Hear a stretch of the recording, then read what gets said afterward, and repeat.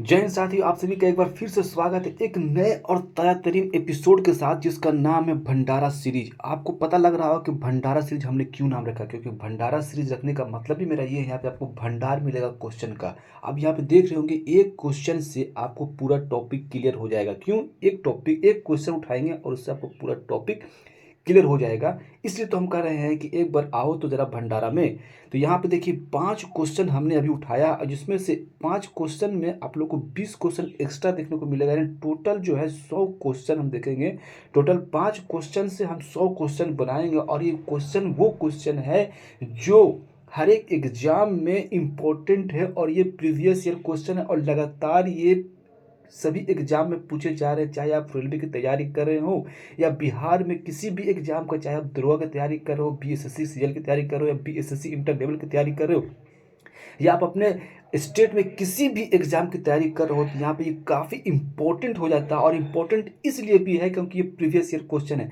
आज आप लोग को ना हम लाइक करने के लिए कहेंगे और ना ही सब्सक्राइब करने के लिए कहेंगे, क्योंकि आप लोग बस इस वीडियो को देखिएगा, अच्छा लगे तो लाइक भी कर दीजिएगा और सब्सक्राइब भी कर दीजिएगा और अपने दोस्तों को भी शेयर कर दीजिएगा, क्योंकि आप जो है भंडारा सीरीज में उपस्थित है। और अगर भंडारा सीरीज आपको अच्छा लगेगा तभी लाइक कीजिएगा, नहीं तो जैसे दूसरे वीडियो को आप स्क्रॉल करते हैं वैसे स्क्रॉल कर दीजिएगा। चलिए ज़्यादा लेट ना करते हुए चलते हैं अपने सबसे पहले क्वेश्चन के। हम आ गए हैं अपने पहले क्वेश्चन की तरफ। जो हमारा पहला क्वेश्चन है वो हमारा क्वेश्चन ये है कि मैकमोहन रेखा जो है किन दो देशों के बीच में लगती है, यानी किन दो देशों के बीच में मैकमोहन रेखा लगती है। हमारा ऑप्शन है भारत पाकिस्तान, भारत चीन, भारत अफगानिस्तान या पाकिस्तान अफगानिस्तान। तो हमारा ऑप्शन हो जाएगा हमारा भारत और चीन के बीच में मैकमोहन रेखा लगता है। देखिए और भी बहुत सारे रेखा हैं जो आपको हम पूरा बताएंगे, करीब कम से कम 10 रेखा बताएंगे और देश से जुड़े हुए कौन कौन से देश से जुड़े हुए हैं। ठीक है, तो सबसे पहले हम देख लीजिए हमारा जो पड़ोसी देश है उन देशों में हमारा कौन कौन सा कितनी किलोमीटर तक कितना रेखा लगाता है वो हम देख लेते हैं सबसे पहले। तो सबसे पहले हम देखेंगे बांग्लादेश का। तो बांग्लादेश देखिए 4096 किलोमीटर लगाता है। सबसे ज़्यादा इंडिया के साथ सीमा को लगाता है तो वो हमारा कौन है? बांग्लादेश है। ठीक है, और दूसरा हमारा हो गया चीन। ये हमारा भी पड़ोसी देश है जो कि 3488 किलोमीटर लगाता है। देखिए पता नहीं बांग्लादेश वाला क्वेश्चन जो है ना ये हमेशा पूछता है कि भारत के साथ सबसे ज़्यादा सीमा लगाने वाला कौन सा देश है, पड़ोसी देश है, तो ये हमारा बांग्लादेश है। इस क्वेश्चन में ऐसा क्या आज तक समझ में नहीं आया, लेकिन कंटिन्यू क्वेश्चन पूछा जाता है, इसलिए जितना भी पड़ोसी देश है सबसे हम ये क्वेश्चन सबका उठा लिए। तो दूसरा हमारा चीन हो गया 3488 किलोमीटर। हमारा पाकिस्तान हो गया, पाकिस्तान कितना है? 3323 किलोमीटर ये सीमा लगाता है हमारे इंडिया से। और सबसे ज़्यादा सीमा लगाता है किससे? ये लगाता है सबसे ज़्यादा राजस्थान से लगाता है। ठीक है, अब तीसरा हमारा नेपाल। नेपाल कितना किलोमीटर लगाता है? तो वो हमारा 1751 किलोमीटर लगाता है। म्यांमार कितना है? म्यांमार जो है 1643 किलोमीटर लगाता है। भूटान कितना लगाता है? तो 699 किलोमीटर लगाता है। और लास्ट में आता है हमारा अफगानिस्तान। तो अफगानिस्तान कितना लगाता है? 106 किलोमीटर। यानी भारत का सबसे कम सीमा लगाने वाला पड़ोसी देश जो हमारा वो अफगानिस्तान है। वो कहाँ लगाता है? पीओके में लगाता है। कहाँ पर लगाता है? ये पीओके से जुड़ा हुआ है। ठीक है, तो ये तो हमारा हुआ स्टार्टर, समझ लीजिए ये हमारा स्टार्टर है, इसको आप स्टार्टर के तौर पर लीजिए। अब जो आपको हम ले जा रहे हैं भंडारा में, जितना भी क्वेश्चन है रेखा से जुड़ा हुआ और सब प्रीवियस ईयर क्वेश्चन, इसको याद रखिएगा, प्रीवियस ईयर क्वेश्चन है, इसको ध्यान से देखिएगा और अच्छे शांति मन से देखिएगा। ठीक है, आपको सब याद हो जाएगा। ठीक है, नहीं याद होता है तो एक बार और वीडियो देख लीजिएगा, वो आपको याद हो जाएगा। ठीक है, चलते आपको ले अपने भंडारा की तरफ लेके। ये हमारा हो गया भंडारा सर। जितने भी क्वेश्चन हैं इसमें सब प्रीवियस ईयर के हैं और सब इम्पोर्टेंट है। तो सबसे पहले चलते हैं आपको हम भंडारा तरफ लेके। सबसे पहला हमारा रेड क्लिफ रेखा। तो रेड क्लिफ रेखा किन दो देशों के बीच लगता है? तो ये हमारा भारत और पाकिस्तान के बीच में लगता है। कब निर्धारित की गई थी? तो ये 1947 में निर्धारित की गई थी। किसकी अध्यक्षता में निर्धारित की गई थी? ये हमारा सर रेड क्लिफ के अध्यक्षता में ये निर्धारित की गई थी। अब नेक्स्ट चलते हैं डुरंड रेखा। देखिए डुरंड रेखा में दो इंपॉर्टेंट जगह याद रखिएगा। डुरंड रेखा जो है ना पाकिस्तान और अफगानिस्तान के साथ लगता है। अभी मौजूदा वक्त में पाकिस्तान और अफगानिस्तान तक लगता है, लेकिन डुरंड रेखा जो था 1893 ईस्वी से पहले भारत और अफगानिस्तान के बीच में निर्धारित की गई थी। कब? 1893 ईस्वी तक से भारत और अफगान के बीच में लगा था कि पार्टीशन के बाद, यानी जब विभाजन हो गया पाकिस्तान का भारत से, तब वो हमारा हो गया अफगानिस्तान के साथ। याद हो गया। अब चलते हैं नेक्स्ट, हम मैन रहीम रेखा, बहुत इंपॉर्टेंट। अब जो आने वाला है ना काफ़ी इंपॉर्टेंट रेखा, और हमेशा आप कन्फ्यूज रहते हैं, आज के बाद आप कन्फ्यूज नहीं रखिएगा, ठीक है, क्योंकि आपको याद हो जाएगा। मैन रहीम रेखा, मैन रहीम मतलब रूस और फिनलैंड के साथ में कौन सा रेखा लगाता है, तो मैन रहीम रेखा लगाता है। मैन रहीम रेखा किसके बीच में लगता है, तो रूस और फिनलैंड के बीच में लगता है। हिंडनबर्ग रेखा, हिंडनबर्ग रेखा जो होता है वो हमारा जर्मनी और पोलैंड के बीच में लगता है। किसके बीच में, जर्मनी और पोलैंड के बीच में हिंडनबर्ग रेखा लगाता है। तीसरा हमारा आता है मैग्नीओट रेखा, मैग्नीओट रेखा जो हमारा होता है जर्मनी और फ्रांस के बीच में, जर्मनी और फ्रांस के बीच में। हिंडनबर्ग, जर्मनी, पोलैंड और मैग्नीओट रेखा अगर बोल दिया जाए तो जर्मनी और फ्रांस के बीच में लगेगा। अब आता है 24वीं, ये इंपॉर्टेंट है, इसलिए इंपॉर्टेंट है क्योंकि एग्जाम में एक बार ये पूछ चुका है। 24वीं समांतर रेखा जो होता है भारत और किसके बीच में लगता है, तो पाकिस्तान के बीच में लगता है। ये भारत और पाकिस्तान के बीच में बिल्कुल लगता है, लेकिन भारत जो है इसको मानने से इनकार करता है कि ये रेखा हमारा जो है नहीं, ठीक है। तो इसको याद रखिएगा, ये बीएसएससी में पूछा हुआ क्वेश्चन है बिहार का, ठीक है। और 49वीं समांतर रेखा किसको किसको लगता है, तो हमारा यूएसए और कनाडा के बीच में जो होता है हमारा 49वीं समांतर रेखा लगता है। 49वीं समांतर रेखा यूएसए और कनाडा के बीच में लगता है। अब नेक्स्ट आगे आ जाइए, आगे जो हमारा है 38वीं समांतर रेखा किसके किसके बीच में लगता है, तो 38वीं समांतर रेखा जो हमारा लगता है उत्तर कोरिया और दक्षिण कोरिया के बीच में लगता है। किसके किसके बीच में, तो उत्तर कोरिया और दक्षिण कोरिया के बीच में लगता है। 17वीं समांतर रेखा किससे किसके बीच में लगता है, तो ये हमारा उत्तरी वियतनाम तथा दक्षिणी वियतनाम लगता है। किसके किसके बीच में, उत्तरी वियतनाम और दक्षिणी वियतनाम के बीच में लगता है। आशा करते हैं कि ये आपको पूरा क्लियर होगा। अगर क्लियर नहीं होगा तो एक बार वीडियो को और देख लीजिएगा, आपको याद हो जाएगा। और ये बहुत भी आई है भाई, हर एक एग्जाम में पूछा हो, आप किसी भी प्रीवियस ईयर उठा लेना, अगर पूछा हो रेखा मतलब रेखा के बारे में, कोई दो देशों के बीच की रेखा के बारे में पूछा होगा, तो इनमें से आपको कहीं ना कहीं एक ठो दिख जाएगा। आपको याद रखिएगा, आप मेरे साथ 15 दिन जुड़िए, आपको मैं गारंटी देता हूँ ना, आपका जीके जैसे बहुत अच्छा हो जाएगा, ठीक है। अब देखिए, भारत और पड़ोसी देशों के बीच में बहुत सारे समझौता भी हुए। तो चलिए आपको समझौता के बारे में थोड़ा बहुत याद कराते हैं। देखिए, सबसे पहला समझौता हुआ शिमला समझौता, इसको ध्यान देगा। शिमला समझौता एक है, एक तो शिमला सम्मेलन है, ये दोनों को याद रखिएगा, शिमला सम्मेलन और शिमला समझौता। तो शिमला समझौता अगर बोलेगा तो ये भारत और पाकिस्तान के बीच में हुआ था। कब हुआ था, 2 जून 1972 को हुआ था। कब हुआ था, 2 जून 1972 को हुआ था शिमला समझौता, इंदिरा गांधी और जुल्फिकार अली भुट्टो के बीच में। जब कब ये समझौता इसलिए हुआ था, क्योंकि पाकिस्तान से अफगानिस्तान अलग हुआ था, इस कारण यहाँ पे 1972 में हुआ था, ठीक है। और शिमला सम्मेलन कब हुआ था, शिमला सम्मेलन जो होता है 14 जून 1945 में हुआ था। ये हमारा जो है शिमला या उत्तराखंड में हुआ था, ये हमारा लॉर्ड वेवेल के साथ में हुआ था, ठीक है। तो शिमला समझौता और शिमला सम्मेलन में हमेशा याद रखिएगा, समझौता अगर बोलेगा तो भारत पाकिस्तान के बीच में 2 जून 1972 को हुआ था, और इंदिरा गांधी और जुल्फिकार अली भुट्टो के बीच में हुआ था। अब तीसरा आता है हमारा ताशकंद समझौता। ताशकंद समझौता कब हुआ, ताशकंद समझौता भी हमारा भारत और पाकिस्तान के बीच में हुआ था। ये कब हुआ था, 11 जनवरी 1966 में। कब हुआ था, 11 जनवरी 1966 में ताशकंद समझौता हुआ था। उस समय हमारे प्रधानमंत्री जो थे लाल बहादुर शास्त्री थे, और वहाँ के जो प्रधानमंत्री थे याकूब खान थे, ठीक है। तो ये याद रखिएगा, ताशकंद समझौता कब हुआ। ये सब प्रीवियस ईयर में पूछा हो मेरा भाई, सब क्वेश्चन पूछा हो प्रीवियस में, बहुत इंपॉर्टेंट क्वेश्चन है, इसको मार्क कर लीजिएगा, ठीक है, आपको दोबारा कन्फ्यूजन नहीं होगा। अब एक होता पंचशील समझौता, आपने कहीं ना कहीं क्वेश्चन अगर कहीं समझौता के बारे में आता है पड़ोसी देशों के बारे में, तो इसमें कहीं ना कहीं आपको एक तो क्वेश्चन आपको दिख जाएगा। तो पंचशील समझौता कब हुआ है, तो 1954 में होगा। किसके साथ हुआ, तो ये हमारा चाइना के साथ हुआ है, ठीक है। आप लोग बस मेरे साथ जुड़े रहिए, अगर अच्छा लगे तो लाइक कर दीजिएगा। काफ़ी मेहनत करके बनाया भाई, काफ़ी मेहनत करना पड़ता है, इसे इकट्ठा एक जगह सबको करना, सारे क्वेश्चन को इकट्ठा करना, ये बहुत अपने आप में मेहनत की बात है। अगर मेहनत मेरे को अच्छा लगता है तो आप लोग लाइक कर लीजिएगा, बाकी तो जैसे रहते हैं उसे कर दीजिएगा, अपना स्क्रॉल कर दीजिएगा वीडियो को और स्किप कर दीजिएगा, ठीक है। चलते अपना दूसरे क्वेश्चन की तरफ। दूसरा क्वेश्चन हमारा क्या कह रहा है, दूसरा क्वेश्चन हमारा दिनार जो है ना किस देश की मुद्रा है। दिनार जो बोल रहा है किस देश की मुद्रा है, चीन, इराक, ईरान, इंडोनेशिया। तो ये हमारा हो जाएगा दिनार जो हमारा है, ये हमारा हो जाएगा इराक की मुद्रा। अब चलिए आपको ले आते हैं पूरा भंडारा में, कि भंडारा में जितना भी क्वेश्चन पूछे हुए अपना पड़ोसी देशों से और खाड़ी देशों के बारे में पूछा हुआ है, सब प्रीवियस ईयर क्वेश्चन उठाकर हम जितने भी सबको मुद्रा और उसका देश के बारे में पढ़ेंगे, ठीक है। सब प्रीवियस ईयर क्वेश्चन पूछा हुआ। चलिए आपको ले चलते हैं, सबसे पहले हम उठा के ले चलते हैं आपको हम। चलिए अब देखते हैं सबसे पहले कि हम लोग ईरान का कहाँ, ईरान की मुद्रा का नाम क्या है, ईरान की मुद्रा का नाम क्या है, तो ईरान की मुद्रा का नाम जो रियाल है।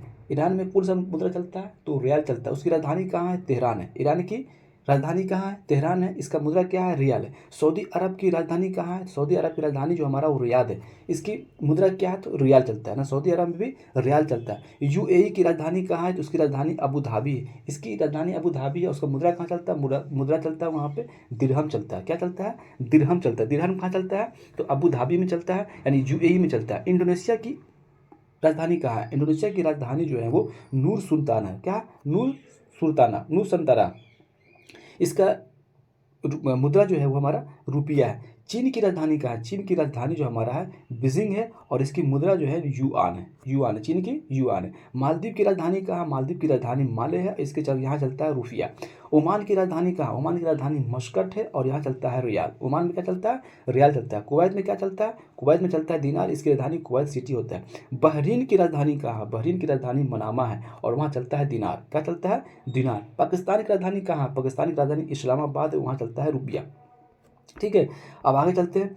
अफगानिस्तान की राजधानी कहाँ? अफगानिस्तान की राजधानी काबुल है, और वहाँ चलता है अफगानी रुपया। ठीक है, म्यांमार की राजधानी कहाँ है? तो म्यांमार की राजधानी नेपड़ा, और वहाँ पर चलता है क्यात। मुद्रा क्या है? क्यात। नेपाल की राजधानी कहाँ है? नेपाल की राजधानी काठमांडू, और वहाँ क्या चलता है? नेपाली रुपये चलता है। भूटान की राजधानी कहाँ? भूटान की राजधानी थिम्पू है। थिम्पू, थिम्पू कहाँ चलता है? वहाँ पे नुगल ट्रम चलता है। वहाँ मुद्रा क्या है? नुगल ट्रम। जितना भी मेरा पड़ोसी देश है भारत का, सबको हम लगभग कवर कर दिए, और इतना भी है ना, सब किसी ना किसी एग्जाम से जो पूछे हुए हैं। ठीक है, सारा प्रीवियस ईयर क्वेश्चन, रेलवे उठा लीजिए, बीएसएससी उठा लीजिए, दरोगा उठा लीजिए, आप एसएससी उठा लीजिए, सबका ये प्रीवियस ईयर क्वेश्चन पूछा हुआ है, इसलिए हम सबको उठाएं।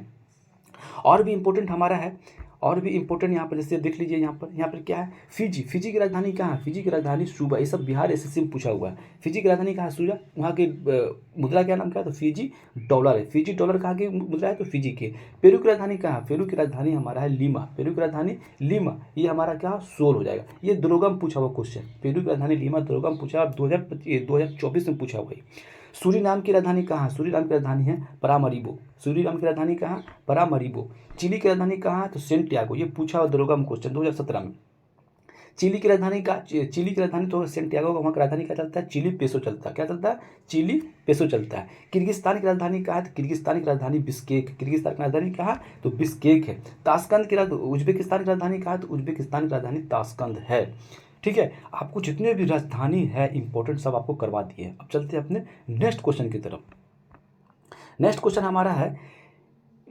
हमारा है कि वन अधिनियम भारत में कब आया? वन अधिनियम जो है भारत में कब आया है? तो वन अधिनियम भारत जो आया 1927 में आया। कब आया? 1927 में आया। वन अधिनियम भारत में आया है। वन अधिनियम कब आया भारत में? तो 1927 में आया। अब चलिए यहाँ पे तो 1972 में क्या है, 1980 में क्या है, 1980 पूरा चलते हैं भंडारा में। चलिए हम आ गए हैं आपके पास भंडारा में। अब भंडारा में क्या पढ़ेंगे? सबसे पहले हम बात करेंगे कि वन अधिनियम कब आया? तो 1927 में आया। सबसे पहले वन अधिनियम आएगा तो 1927 में आया। अब वन का जीव संरक्षण करेंगे, वन बना दिए हम लोग, तो वन जीव संरक्षण करेंगे तो कहाँ होगा? ये 1972 में हो जाएगा। कब होगा? 1972, यानी वन जीव संरक्षण अधिनियम 1972 में आया। अब वन बन गया, वन में जीव भी आ गए, तो अब वन संरक्षण अधिनियम करेंगे। ठीक है, वन को संरक्षण करेंगे, जीव आ गया तो वन संरक्षण अधिनियम कब होगा? 1980 में होगा। ठीक है, अब दूसरा होगा वन संरक्षण भी कर दिया तो अब पर्यावरण पर ध्यान रखना पड़ेगा, तो पर्यावरण संरक्षण अधिनियम कब आया? तो 1986 में। ये याद करने का ट्रिक है मेरा भाई, आपको भी याद हो जाएगा। देखिए सबसे पहले वन आया तो 1927 में वन अधिनियम आ गया। अब वन है तो यकीनन है कि वहाँ पे जीव भी आएगा, तो वन जीव संरक्षण कब आएगा? तो 1972 में हो जाएगा। अब देखिए वन जीव हो गया है तो इसका मतलब है कि हमारा वन जो है इंपॉर्टेंट होगा, तो वहाँ उसके लिए संरक्षण का भी हम इंतजाम करेंगे। तो वन संरक्षण अधिनियम आ गया तो 1980 में हो गया। अब देखिए वन संरक्षण भी आ गया, वन भी आ गया, जीव भी आ गया, तो हमारा पर्यावरण के लिए अच्छा है कुछ करना पड़ेगा, इंतजाम करना पड़ेगा। तो उसके लिए क्या करना पड़ेगा? पर्यावरण संरक्षण अधिनियम ला देंगे। तो ये कब हुआ? 1986 में। इसी तरह से आगे देखिए, अब आगे क्या हमारा टाइगर परियोजना कब हुआ? तो टाइगर परियोजना 1973 में आया। ठीक है, हाथी परियोजना कब आया? तो हाथी परियोजना 1991 से 92 के बीच में आया। पहला टाइगर रिजर्व का नाम क्या है? तो जिम कॉर्बेट है। कहाँ है? ये उत्तराखंड में। पहला हाथी रिजर्व कहाँ है? तो सिंहभूम हाथी रिजर्व झारखंड में। ये सब क्वेश्चन प्रीवियस में पूछा हो भाई, और ये आपको जितना भी कन्फ्यूजन मिलता होगा हमेशा, आज ये पूरा कन्फ्यूजन दूर हो जाएगा। जितना भी आप देख रहे हैं यहाँ पर ना, ये वाला वन संरक्षण, वन जीव संरक्षण, इसमें हमेशा आपको दिक्कत होता होगा, क्योंकि मैं भी पढ़ी पढ़ता था, मेरे को भी याद नहीं होता था, इसलिए आप याद हो जाएगा। ठीक है, तो एक बार वीडियो को देखिएगा बढ़िया से, आपको याद हो जाएगा। चलते हैं अपने नेक्स्ट क्वेश्चन की तरफ। नेक्स्ट क्वेश्चन हमारा है कि दूरदृष्टि में किस लेंस का उपयोग किया जाता है? दूरदृष्टि जब हो जाता है, यानी हाइपरमेट्रोपिया जब हो जाता है, उसमें किस लेंस का उपयोग किया जाता है। दूरदृष्टि में हम लोग दोस्त उत्तल लेंस का उपयोग किया जाता है। उत्तल लेंस का दूरदृष्टि यानी हाइपरमेट्रोपिया में। अब चलते हैं अवतल में क्या यूज करते हैं, बेलनाकार में कौन सा लेंस करते हैं, बाइफोकल लेंस किस में यूज करते हैं। चलिए आपको लेते हैं भंडारा में। तो भंडारा में सबसे पहले हम बात करेंगे कि निकट दृष्टि दोष जिसको हम लोग मायोपिया कहते हैं उसमें कौन सा लेंस लगाया जाता है। तो ये हमारा अवतल लेंस लगाया जाता है, इसको हम लोग कनकेव लेंस भी बोलते हैं। क्या करते हैं, कनकेव लेंस, यानी निकट दृष्टि हो गया। देखिए निकट दृष्टि दोष का मतलब ये होता है कि निकट की वस्तु हमको दिखाई देती है लेकिन दूर की वस्तु हमको दिखाई नहीं देती, उसको निकट दृष्टि दोष बोलता है। इसको ट्रिक याद करने का ट्रिक ये है कि निकट दृष्टि मतलब निकट की वस्तु हमको दिखाई देती है लेकिन दूर की वस्तु दिखाई नहीं देती। अगर निकट की चीज हमको दिखाई नहीं दी तो मेरे को मायोपिया हो गया तो हम क्या लगाएंगे, अवतल लेंस लगाएंगे। क्या लगाएंगे, अवतल लेंस लगाएंगे, इसको हम क्या बोलते हैं, कॉन्केव लेंस बोलते हैं। और दूर दृष्टि में दूर की वस्तु को दिखाई देती है लेकिन नजदीक की वस्तु दिखाई नहीं देती, इसको हम हाइपरमेट्रोपिया बोलते हैं। इसका उपयोग हम लोग करते हैं उत्तल लेंस में। किसका उपयोग करते हैं हम लोग, उत्तल लेंस का उपयोग करते हैं। किसका उपयोग करते हैं, उत्तल लेंस को हम कॉन्वेक्स लेंस भी बताया था। अबिंदुकता, अबिंदुकता होता है, अबिंदुकता में क्या होता है, बेलनाकार लेंस लगाते हैं, बेलनाकार लेंस लगाते हैं। किसमें, अबिंदुकता में बेलनाकार लेंस लगाते हैं। अब प्रेस बायोपिया होता है, एक मायोपिया हो गया, एक हाइपरमेट्रोपिया हो गया, प्रेस बायोपिया। प्रेस बायोपिया में होता है बाइफोकल लेंस का जरूरत पड़ता है। क्या पड़ता है, बाइफोकल लेंस का जरूरत पड़ता है। अब देखिए उत्तल लेंस जो होता है ना, हमेशा उत्तल लेंस को हम लोग क्या बोलते हैं, रीडिंग ग्लास के नाम से जानता है। उत्तल लेंस जो होता है हम लोग उसको रीडिंग ग्लास के नाम से जानते हैं। क्या, किस नाम से जानता है, तो रीडिंग ग्लास के नाम से जानता है। उत्तल लेंस का फोकस दूरी धनात्मक होता है। याद रखिए कितनी बार क्वेश्चन है पूछा हुआ। तो उत्तल लेंस का जो हमेशा फोकस दूरी होता है हमेशा वो क्या होता है, धनात्मक होता है। तो स्वस्थ व्यक्ति के लिए स्पष्ट देखने के लिए वस्तु कितना दूरी पर होना चाहिए, 25 सेंटीमीटर की दूरी पर होना चाहिए। यानी कोई व्यक्ति है किसी चीज़ को आप अच्छे से देखना चाहते हैं तो वो मेरी आंख और वो ऑब्जेक्ट कम से कम 25 सेंटीमीटर की दूरी पर होना चाहिए, तब जाकर हम वो ऑब्जेक्ट जो पूरा मेरे को क्लियर दिखाई देगा। ठीक है, अब चलते हैं अपने नेक्स्ट क्वेश्चन की तरफ। नेक्स्ट क्वेश्चन हमारा है कि चाबहार बंदरगाह जो है किस देश में स्थित है। चाबहार बंदरगाह जो है वो किस देश में स्थित है, ईरान में, नीदरलैंड में, पाकिस्तान में, अफगानिस्तान में। तो ये हमारा हो जाएगा ईरान में। ईरान में चाबहार बंदरगाह जो है किस देश में स्थित है, तो हमारा ये हो जाएगा ईरान में। अब चलते हैं लेके आपको भंडारा तरफ। जितने भी बंदरगाह है इंपॉर्टेंट, सब बंदरगाह आपको यहाँ पे दिखवा देंगे। ठीक है, सबसे पहले हम बात करें ग्वादर बंदरगाह। तो ग्वादर बंदरगाह जो है सबसे पहले पाकिस्तान में। ग्वादर बंदरगाह कहाँ है, तो पाकिस्तान में। हम्बन टोटा बंदरगाह कहाँ है, ये हमारा श्रीलंका में। रोटरडम बंदरगाह कहाँ है, तो ये हमारा नीदरलैंड में। विक्टोरिया बंदरगाह कहाँ है, तो ये हमारा हांगकांग में है। ठीक है, हैंकिंग बंदरगाह कहाँ है, तो ये हमारा ऑस्ट्रेलिया में है। जेद्दा बंदरगाह कहाँ है, ये हमारा सऊदी अरब में है। हाइफा बंदरगाह कहाँ है, तो ये हमारा हो जाएगा इजराइल में। हाइफा बंदरगाह कहाँ है हमारा, ये इजराइल में। सेंटोस बंदरगाह कहाँ है, तो ये हमारा हो जाएगा ब्राज़ील में। भाई आपको जितने भी ये 5 क्वेश्चन पता है ना, 5 क्वेश्चन आप मत देखिए, आप देखिए कि आपको करीब 100 प्लस क्वेश्चन याद हो जाएगा यहाँ पे। और याद हो किया, हमें 100 क्वेश्चन करवा दिया, आपको पता भी नहीं चला कि 100 क्वेश्चन हम कर लिए यहाँ पर। अप्रोक्स 100 क्वेश्चन तो हो ही गया है। आशा करते हैं कि आप लोगों को अच्छा लगा। अगर अच्छा लगता है तो चैनल को लाइक कर लीजिएगा, सब्सक्राइब कर लीजिएगा, नहीं तो जैसे नॉर्मल आप वीडियो को स्क्रॉल करते हैं वैसे स्क्रॉल कर दीजिएगा। ठीक है, हम आपको फोर्स नहीं करेंगे। और अगर आपको कुछ इसमें कमी लगती है और अगर आप ये सीरीज चाहते हैं कंटिन्यू, तो हमारे कमेंट करके बताइए कैसा लगा आपको, और इस सीरीज को आगे बढ़ाने में मेरी मदद कीजिए आप। ठीक है, आज के लिए इतना रखते हैं। जय हिंद, जय भारत।